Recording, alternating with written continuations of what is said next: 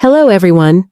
Today we're going to talk about the day a simple object, a necklace, changed everything I thought I knew about my life.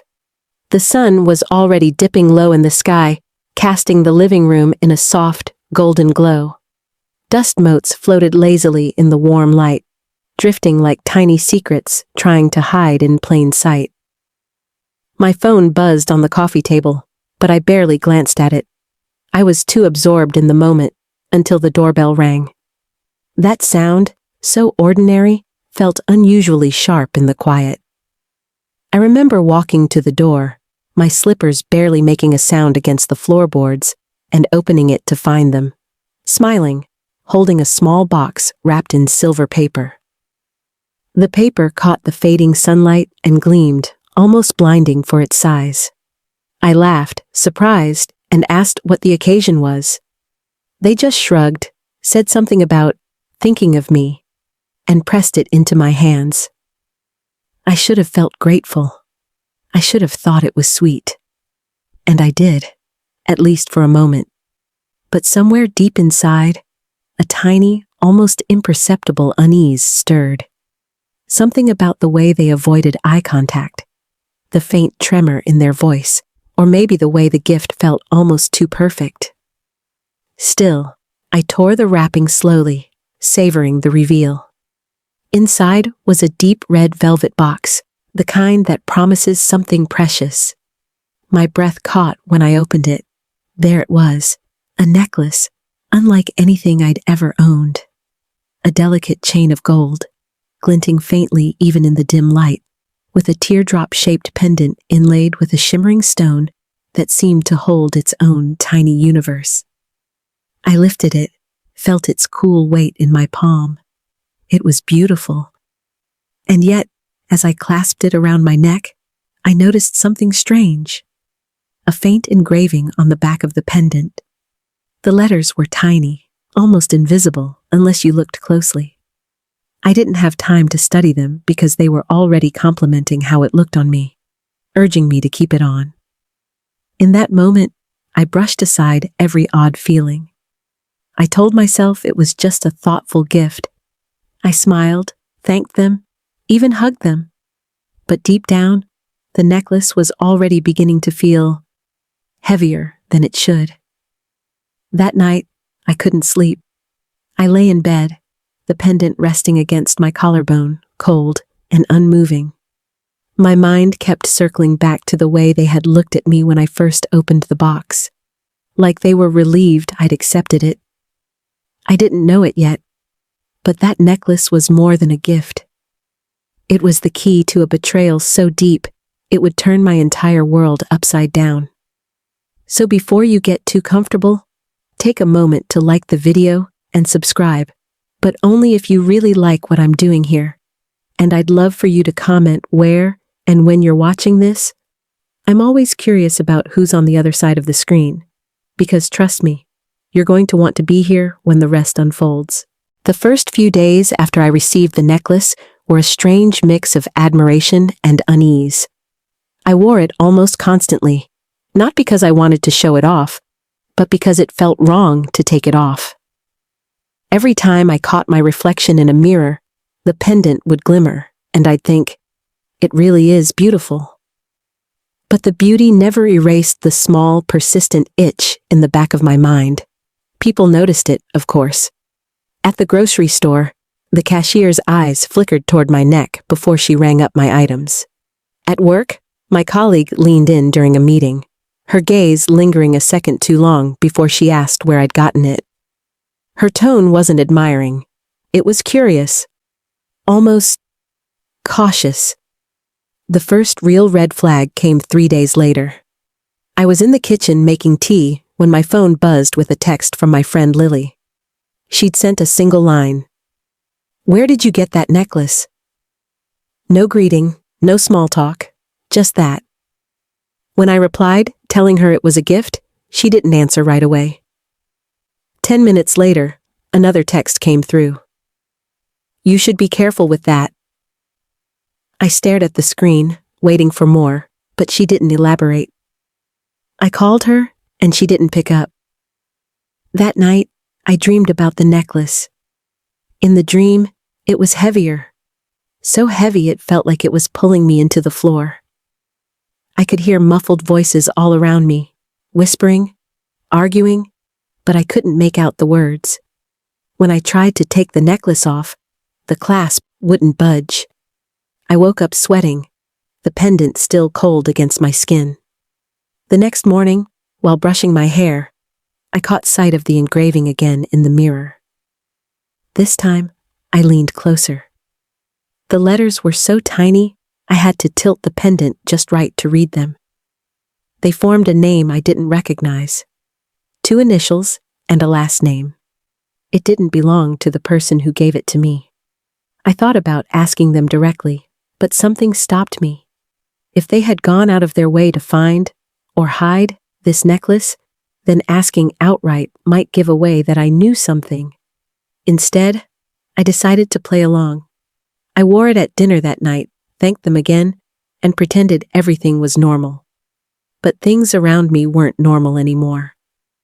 That evening, while leaving a restaurant, I noticed a man leaning against a lamppost across the street. He wasn't looking at his phone. He wasn't smoking.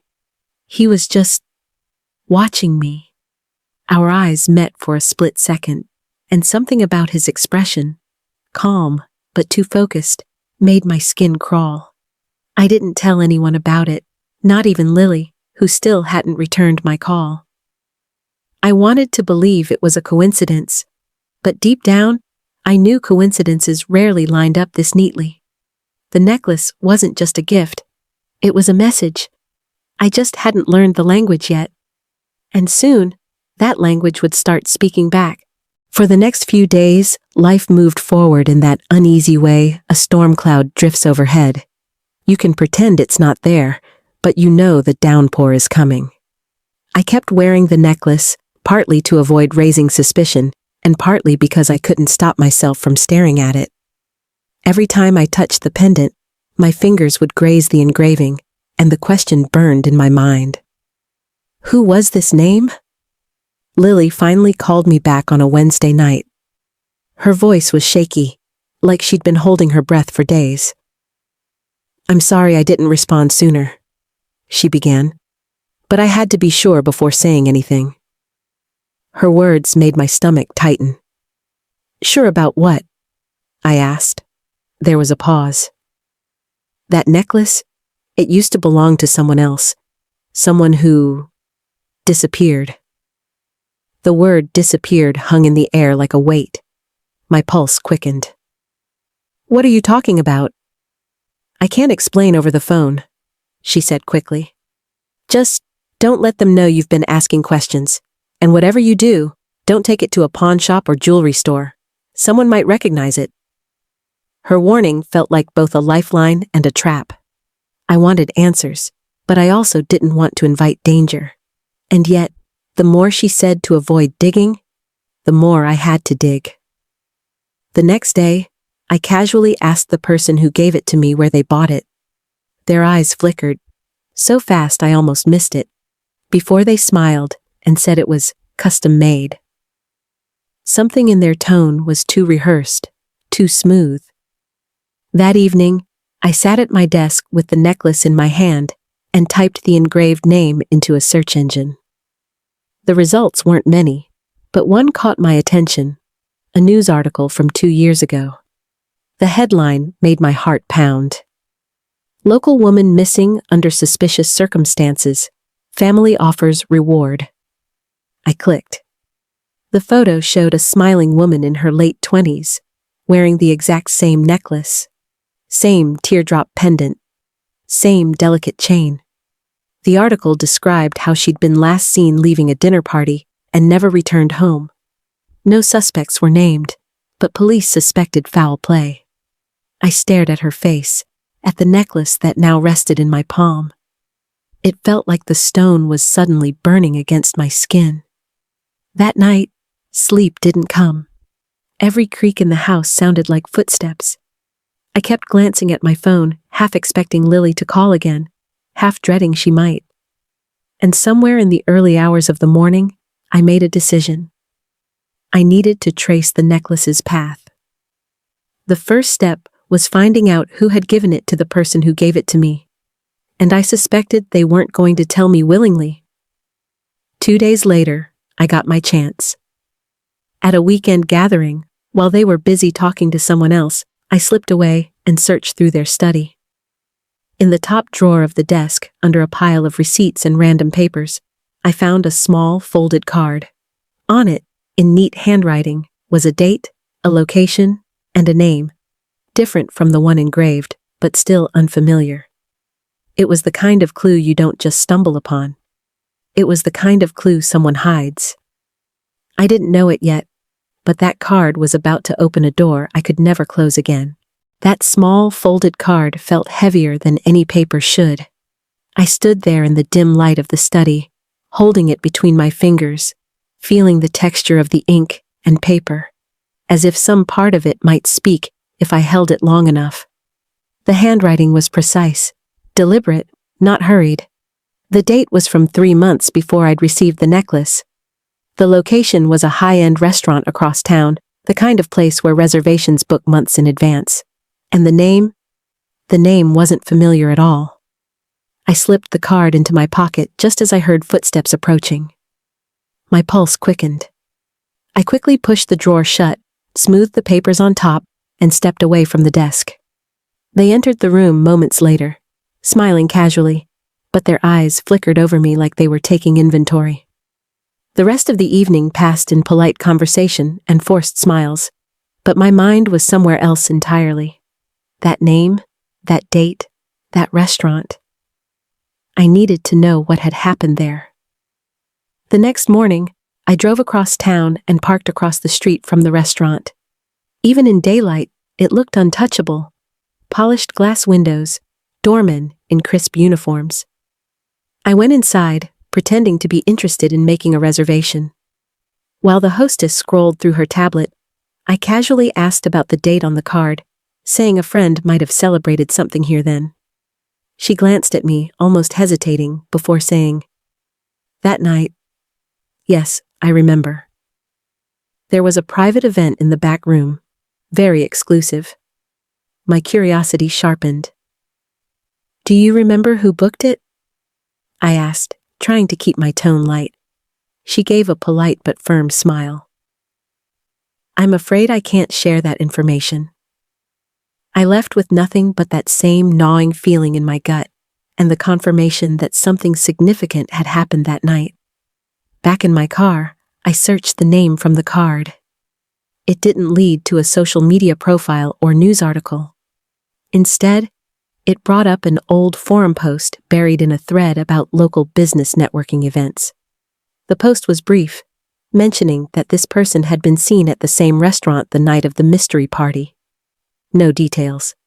Just a name attached to a date and place. I was about to close my laptop when my phone buzzed with a message from an unknown number. "Stop looking. You don't know what you're walking into." My breath caught.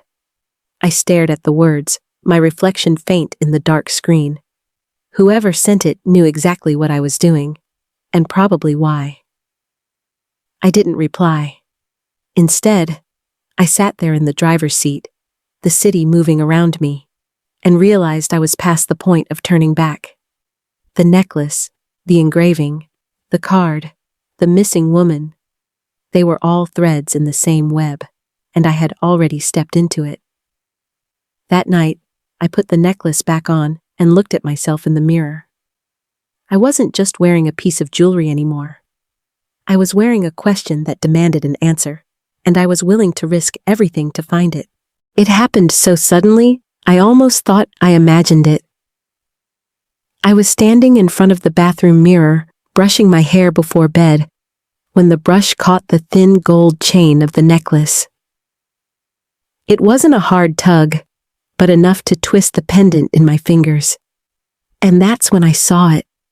Something I had never noticed before. The clasp wasn't just a clasp. It was a tiny hinge, with a hairline seam almost invisible to the naked eye. My pulse quickened. I set down the brush, my hands trembling as I brought the necklace closer to my face.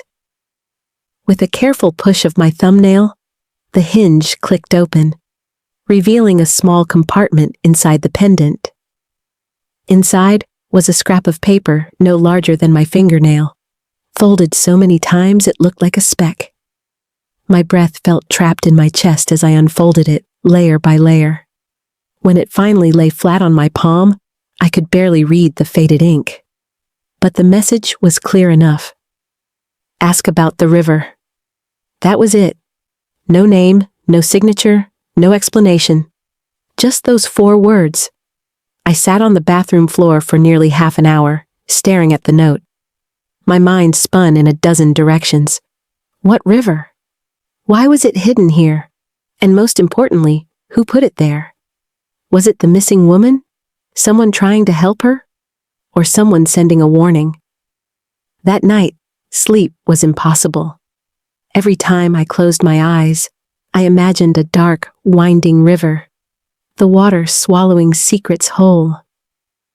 I imagined someone slipping this message into the necklace, hoping it would someday reach the right hands. The next morning, I called Lily.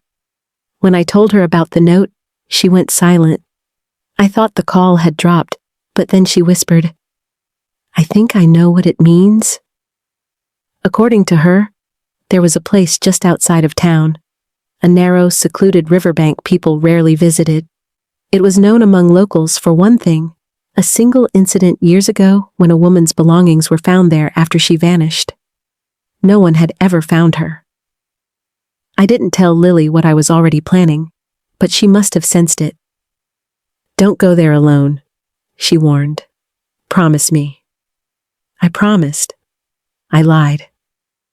2 days later, just after sunset, I drove out to the river. The road narrowed as I got closer, the trees pressing in like silent witnesses. The air was heavy, damp, carrying the smell of wet earth and moss. I parked by the side of the road and followed a barely visible path until the river came into view, a ribbon of dark water glinting under the fading light. For a moment, nothing happened, just the sound of the current and the rustle of leaves. But then I noticed something, a faint glint in the mud near the water's edge. I crouched down, brushing away dirt and leaves, and uncovered what looked like the corner of a plastic bag.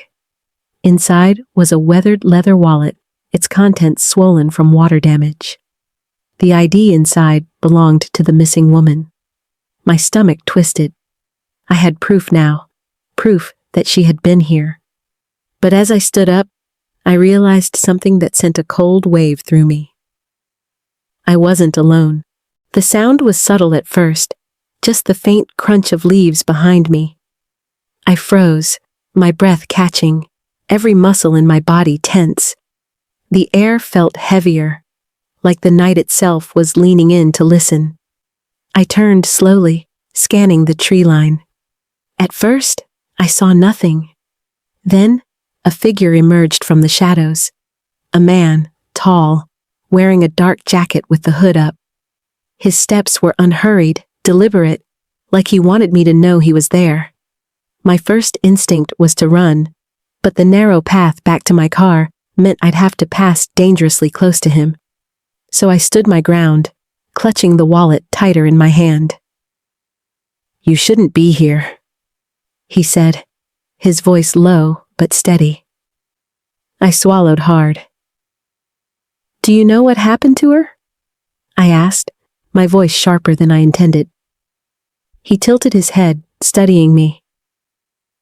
"You have something that doesn't belong to you." For a moment, I thought he meant the wallet, but then his gaze dropped to my chest, the necklace glinting faintly in the moonlight. His lips curled into the faintest trace of a smirk. "Where did you get that?" he asked. I didn't answer. The question wasn't really a question, it was a test. I could feel it in the way he watched me, waiting, measuring my reaction. Before I could respond, a branch cracked somewhere deeper in the woods, and his eyes darted toward the sound. Without another word, He stepped back into the shadows, disappearing as suddenly as he'd appeared. I didn't wait to see if he'd come back. I hurried to my car, my pulse pounding in my ears. My hands shook so badly, I dropped my keys twice before getting the engine started. By the time I pulled into my driveway, the adrenaline had shifted into something else, an unsettling certainty that I was now part of whatever had happened to the missing woman. The man at the river hadn't been a random stranger. He knew the necklace. He knew me. That night, I spread everything I had on my kitchen table. The necklace, the tiny note, the folded card from the study, and now, the waterlogged wallet. It looked like a collection of unrelated things to anyone else, but I could feel the invisible thread tying them together. I stayed up until dawn, piecing through old articles, social media posts, and public records. The name from the card kept popping up in connection to small charity events, private gatherings, and business deals. Always in the background, never in the spotlight. And once, 2 years ago, listed as a guest at the same event the missing woman attended the night she vanished. It was too neat to be a coincidence. And then, I noticed something else. In one of the event photos, standing just behind the crowd, was a man in a dark jacket with the hood up. The same stance. The same watch on his wrist. The same man I had just seen at the river. The sight of his face, frozen in that old photograph, hit me like a punch to the chest. It wasn't just that I recognized him. It was that he looked exactly the same. Same lean frame, same sharp jawline, same watch glinting on his wrist. I leaned closer to my laptop screen, tracing the edges of his silhouette in the image. The photo had been taken at least 2 years ago, but nothing about him seemed aged or out of place. He could have stepped out of that picture and into the woods last night without missing a beat. The caption beneath the photo mentioned only the event, not the people in it. I scrolled through every image in the series, searching for more shots of him, but each time he was there, he was just on the fringe. Never in focus, never with his face fully clear, but unmistakably present.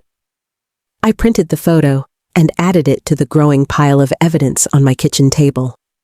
The clutter had grown into a timeline of sorts.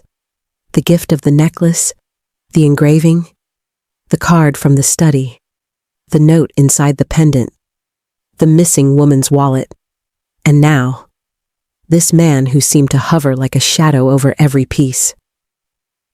I couldn't shake the feeling that he wasn't just some bystander. He was connected, either as a witness, an accomplice, or something darker.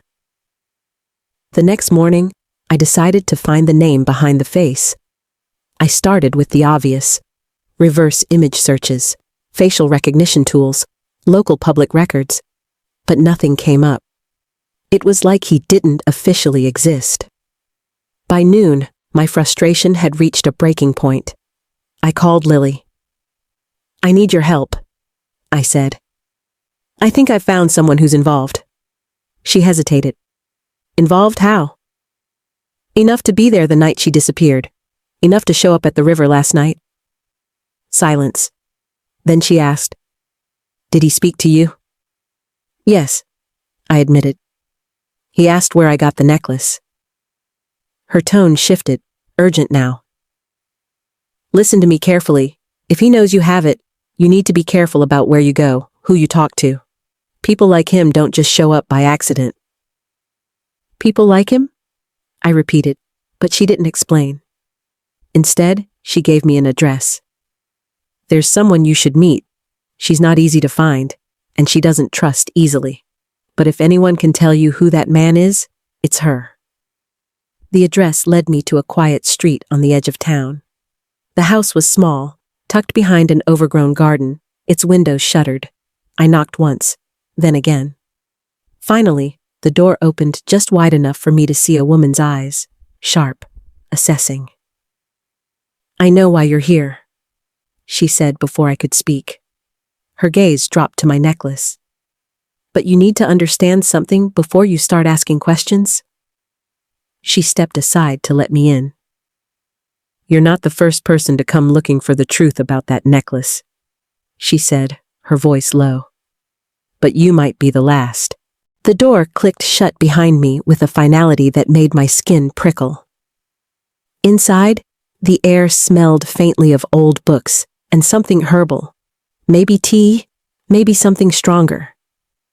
The woman led me down a narrow hallway into a living room crowded with mismatched furniture and stacks of newspapers.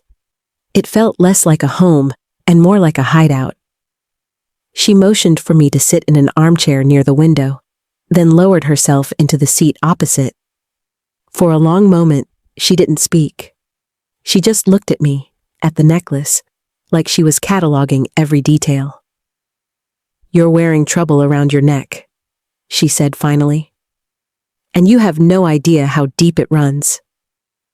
I tried to steady my voice. "Then tell me. I need to know who the man at the river is and what this necklace has to do with a missing woman." Her gaze sharpened. "The missing woman you're talking about is named Emily Rains. 2 years ago, she got too close to something she shouldn't have. People she shouldn't have been around. That necklace was hers. She wore it the night she vanished." The words hit like cold water. "And the man?"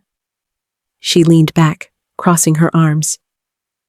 "He's called Rowan. That's probably not his real name, but it's the one people use when they talk about him, if they dare to talk at all. He's not just muscle for hire. He's a fixer. When problems arise for certain people, he makes them disappear." I felt a chill creep into my chest. "So, he was there the night Emily disappeared?"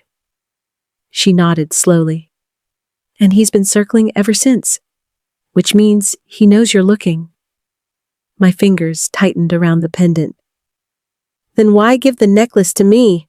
Why not just keep it hidden?" The woman hesitated, her eyes flicking toward a battered wooden box on the coffee table. She opened it and pulled out a small velvet case, the same shape and size as mine. Inside was another necklace.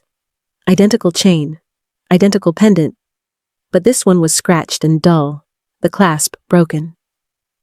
"There were 3, she said quietly. "Emily had one. I had one. And the third, well, it seems to have found its way to you. These necklaces aren't just jewelry. They were made to carry messages, tiny notes, bits of evidence, between people who couldn't speak openly." My thoughts reeled. Then the note in mine. "Ask about the river. That was from Emily?" "Most likely," she said. "But if Rowan's still watching, it means whatever she knew. It was big enough that someone still doesn't want it found." I leaned forward. "What was she investigating?" The woman's expression darkened. "A network of people laundering money through charities and private events. The same events Rowan was always working. Emily was collecting proof. But before she could get it out, she disappeared." My pulse quickened. The card I'd found in the study, the date, the restaurant, it all started to align. She glanced toward the window, as if sensing something. "You need to leave, and if Rowan approaches you again, don't run. He's faster. Just don't give him a reason to believe you have more than you do." I stood, tucking the pendant beneath my shirt. "Thank you," I said. She didn't smile. "Don't thank me yet. If you keep pulling at this thread, you won't just find the truth. You'll find everyone who's willing to kill to keep it buried." As I stepped outside, the wind had picked up, scattering leaves across the path. But halfway to my car, I froze. Across the street, leaning casually against a black sedan, was Rowan. And this time, he was smiling. The smile wasn't friendly. It was the kind of smile that said he already knew the next 10 moves I was going to make. My footsteps slowed, but I didn't stop. If I did, I'd be giving him the satisfaction of knowing he'd unsettled me. And I could tell he thrived on that. When I reached my car, he straightened and stepped forward, closing the distance with deliberate ease.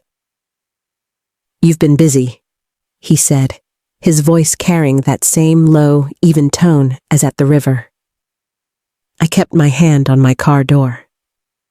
"Just trying to understand why a stranger keeps showing up wherever I go." His eyes flicked toward the necklace hidden under my shirt. "You know why? That little trinket connects you to things you don't want to be connected to." "And yet," I said, "you haven't tried to take it from me." A faint smirk curved his lips again. "If I wanted it, you wouldn't still have it." We stood there for a moment, locked in a silent stalemate. Finally, he stepped closer, his voice dropping so only I could hear. "You're looking for answers about Emily Rains. I can give them to you, but you won't like the price." I swallowed hard. "What price?" "Your silence," he said simply. "After you hear it, you walk away. No police, no digging." I wanted to refuse outright, but the truth dangled in front of me like a hook. He could be lying. He could be leading me into something worse. But he also might be the only person who had been there, really been there, the night Emily vanished. "When?" I asked. He smiled again, but this time it was almost imperceptible. "Tomorrow, midnight, same place you found the wallet." Before I could respond, he turned and walked away, disappearing into the shadows between two houses.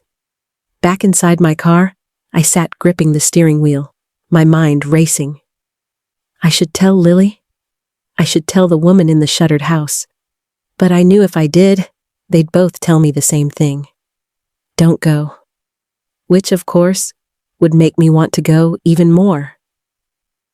That night, I laid the necklace on my nightstand and just stared at it. I thought about Emily, about the note she, or someone, had hidden inside. About the network of people who wanted whatever she knew buried forever.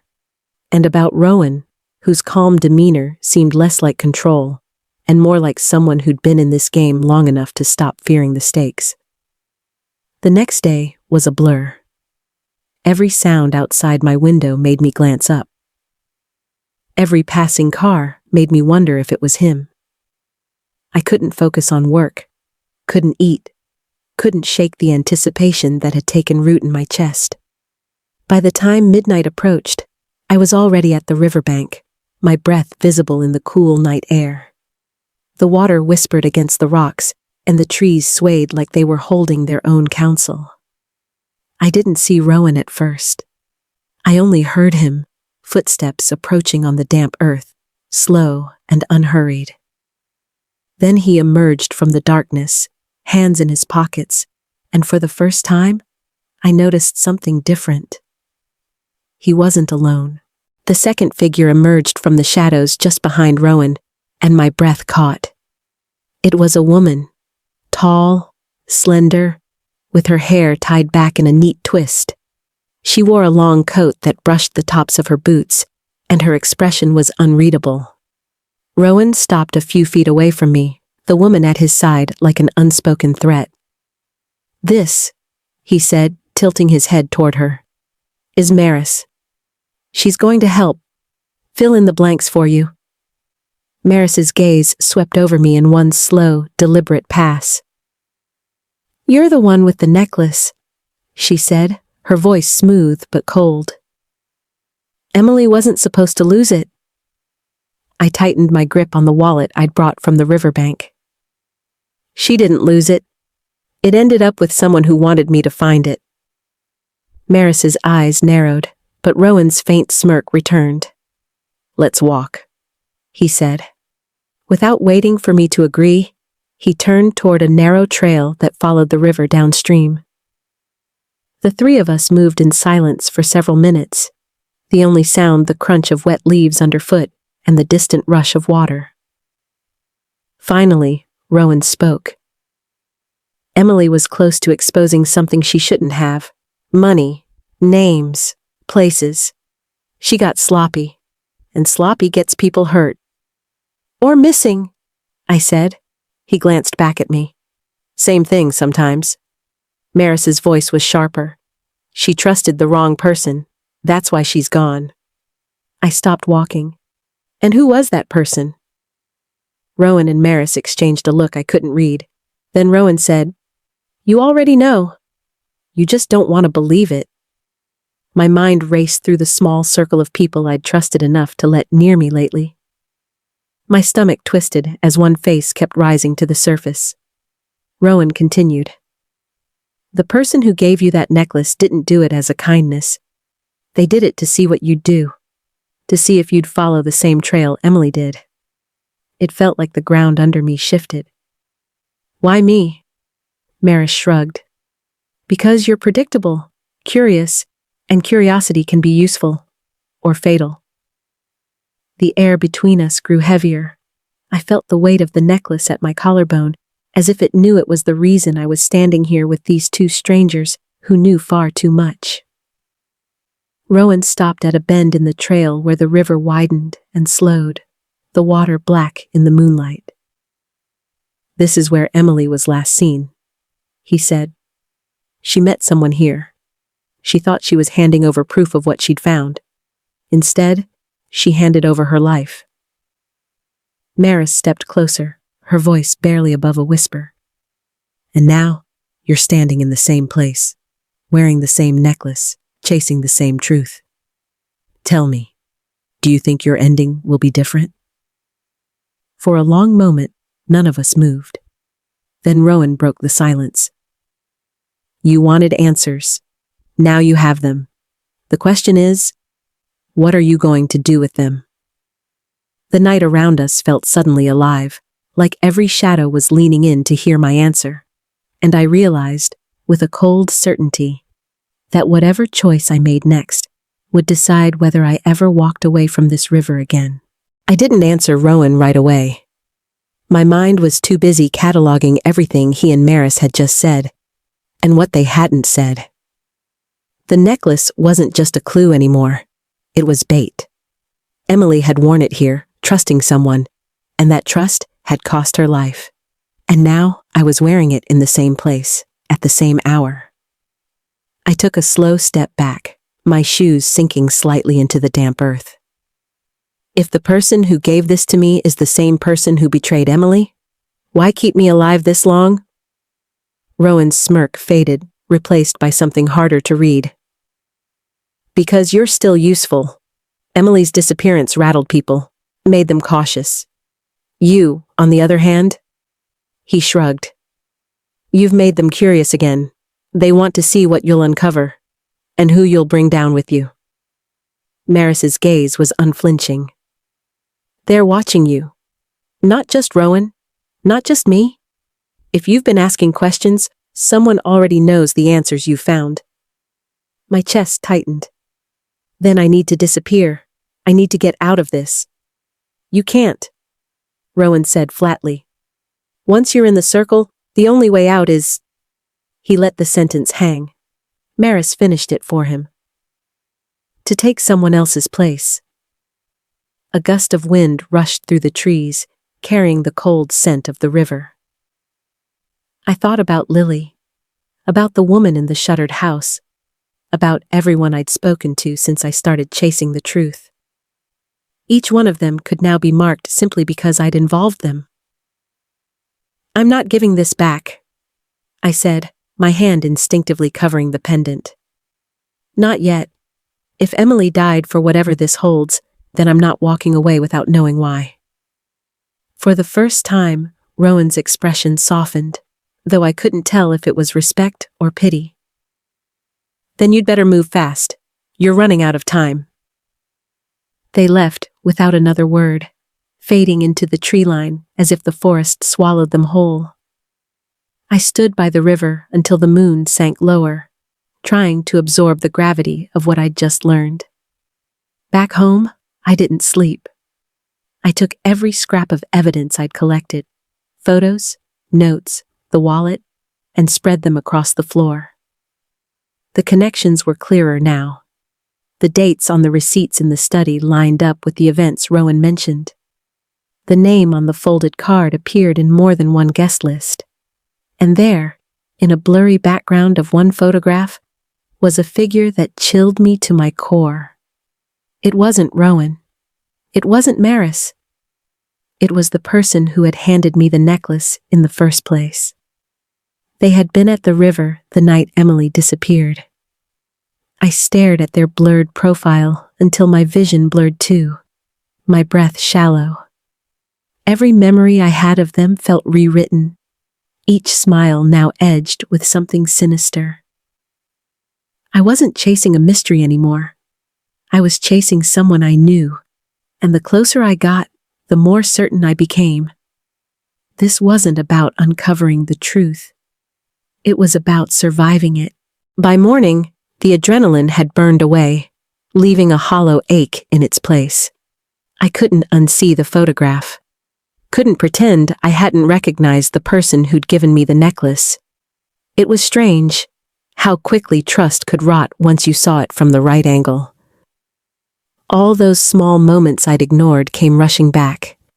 The hesitation when I'd first unwrapped the gift. The quick glances they gave me when I wore it. The way they changed the subject whenever I asked where it came from. I knew I had to confront them, but I also knew walking straight into their home, demanding answers, was a good way to end up like Emily. So, I planned. I started with the card I'd found in their study. The one with the date, the restaurant, and the name. I called the restaurant, pretending to be from a catering company looking to confirm past bookings. The manager hesitated, but eventually confirmed that a private celebration had taken place that night, booked under the name on the card. The guest list? Confidential, but I didn't need it. I already had the photo from the event. By noon, I was sitting in a quiet cafe across from Lily, sliding the evidence across the table. Her face paled as she studied the photo. "You're sure?" she whispered. "Yes." Her hands trembled as she pushed the photo back to me. "If you're right, then this isn't just about Emily. This is bigger, much bigger." "How big?" She hesitated, glancing toward the other patrons before leaning in. "There's talk about an offshore account, a lot of money moving through charities and shell companies. The person you're pointing at? They're not the one at the top, but they're close. Close enough to know every name involved." I thought of Rowan's words. "You're still useful." The realization sank in. They weren't keeping me alive out of mercy. I was a pawn in a game I didn't even understand the rules of. That night, I drove past their house. The lights were on in the study. I parked 2 streets away and walked the rest of the distance, staying in the shadows. Through the narrow gap in the curtains, I saw them sitting at the desk, phone to their ear, speaking in a tone too low for me to catch. Then they reached into the top drawer, the same one I'd searched, and pulled out another velvet box. My pulse spiked. They opened it, revealing another necklace, identical to mine. The moment they set it on the desk, I pulled back into the darkness, heart hammering. There was no doubt now. They had more than one. Which meant there were more people caught in this same web, walking around with messages around their necks they might not even know they carried. I hurried back to my car, my mind racing. If there were other necklaces, there had to be other notes, other names, other rivers, and somewhere among them, the proof Emily had died for. But I also knew this. Every step I took toward finding that proof was another step toward my own disappearance. The next day, I woke with one thought pulsing in my head. Find the other necklaces. If they were all made to carry hidden messages, then somewhere among them could be the key to the entire puzzle. I started with the obvious, tracking the events and parties that connected everyone in my growing web of names. Every gala, every private dinner, every charity auction. The same faces appeared over and over again, weaving through the photographs like a pattern I could finally start to see. By mid-afternoon, I had 3 potential owners. 2 were public figures whose schedules were posted online, easy to follow, but too risky to approach directly. The third was a name Lily had slipped to me in a text. Harper Vale. No online presence, no public events, but according to Lily, Harper was the one people trusted to move the most sensitive packages. If Harper had one of the necklaces, I needed to see it for myself. With Lily's help, I tracked Harper to a small antique shop on the edge of town. From the outside, it looked harmless. Lace curtains in the windows, a bell over the door. But the moment I stepped inside, I felt eyes on me. The shop was cluttered with glass cases, each filled with jewelry, coins, and old watches. Harper stood behind the counter, sorting through a tray of brooches. She looked up, and I saw the faint glimmer of a pendant at her throat.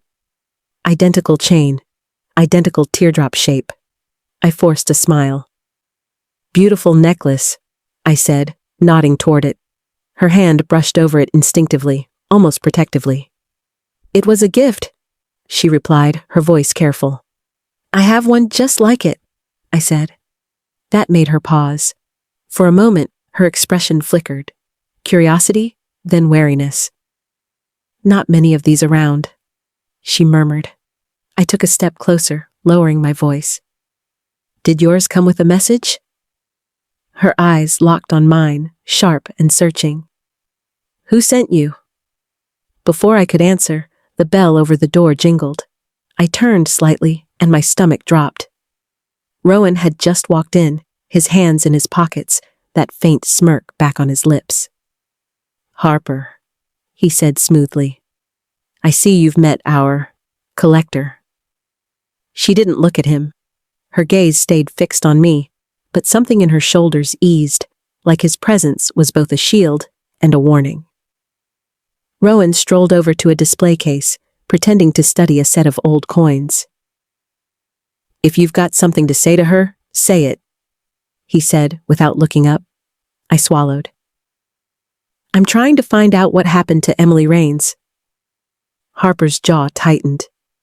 She glanced at Rowan, then back at me. You're not going to like the answer. Try me, I said. Her voice was low, but steady. She found the wrong necklace, the one that held everything, names, accounts, dates, and she handed it to the one person she trusted most, the same person who gave yours to you. My stomach turned. The confirmation was like a blade twisting in my gut. Rowan finally looked up, meeting my eyes. Now, you understand why you can't walk away, he said. And in that moment, I realized he was right. I wasn't here to collect pieces anymore. I was here to take the whole board. I left the antique shop with my pulse pounding and my thoughts moving faster than I could keep up with. The truth was sharpening now, its edges cutting away the fog. Emily hadn't just stumbled into danger. She'd found the crown jewel of whatever operation this was, and she'd trusted it to the wrong hands. The same hands that had placed my necklace around my neck. The drive home felt longer than it should have. Every turn seemed quieter, every street emptier, like the world was holding its breath.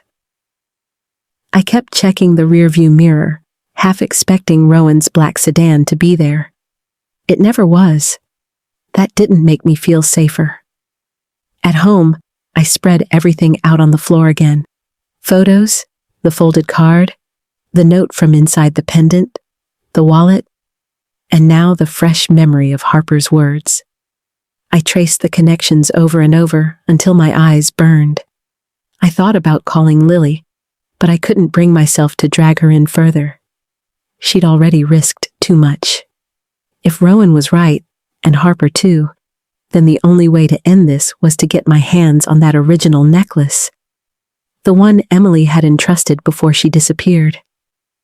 I didn't have to wonder where it was. I knew. It was with them. The plan came together faster than it should have, like it had been waiting for me all along. I'd been in their study before. I knew where they kept the velvet boxes. All I needed was an excuse to be there again. That night, I called, my voice steady, even warm. I've been thinking about that necklace, I said. You never told me much about it. Maybe we could have dinner? I'll wear it. They agreed without hesitation. The dinner was all smiles and small talk, but I could feel the tension under the surface, a taut string waiting to snap. Afterward, they excused themselves to take a call, leaving me alone in the living room. I moved quickly, my footsteps silent against the rug as I slipped into the study. The top drawer was locked this time, but a small letter opener from the desk made quick work of it. Inside, under a neat stack of papers, was the velvet box. But when I opened it, my breath caught. Not one, but two necklaces lay inside. One was pristine, like mine. The other was tarnished, the clasp worn, the stone's shimmer dulled. I didn't need anyone to tell me which one had belonged to Emily. I reached for it, my fingers closing around the cool metal, when a shadow fell across the desk. I was wondering how long it would take you to find that, they said from the doorway. I turned slowly, the necklace still in my hand. Their smile was calm, but their eyes held the kind of knowledge that didn't leave room for mercy. You've been busy, they added, stepping closer. Too busy. The room seemed smaller, the air heavier. For the first time since this started, I realized I might not make it out with both the necklace and my life. We stood there, the space between us filled with something colder than the night air outside. Their footsteps were unhurried as they crossed the room, the faint scuff of shoes against the rug sounding almost like a countdown. I tightened my grip on Emily's necklace. The weight of it pressed into my palm, heavier than it had any right to be, as if it carried every unanswered question and every choice I'd made to get here. They stopped just a few feet away. You think you understand, they said quietly. But you don't. This, they gestured toward the necklace, isn't proof. It's leverage, and leverage is worth more than truth. I held their gaze. Emily thought she could trust you. Their lips curved into something that wasn't quite a smile. She could, until she decided she wanted to be a hero. Heroes are bad for business. The words slid into me like ice. I realized then there was no confession coming, no guilt they'd ever feel. Just a calculation of whether I was more useful to them, silent or gone. I took a slow breath, feeling the chain of my own necklace against my throat. I had one advantage.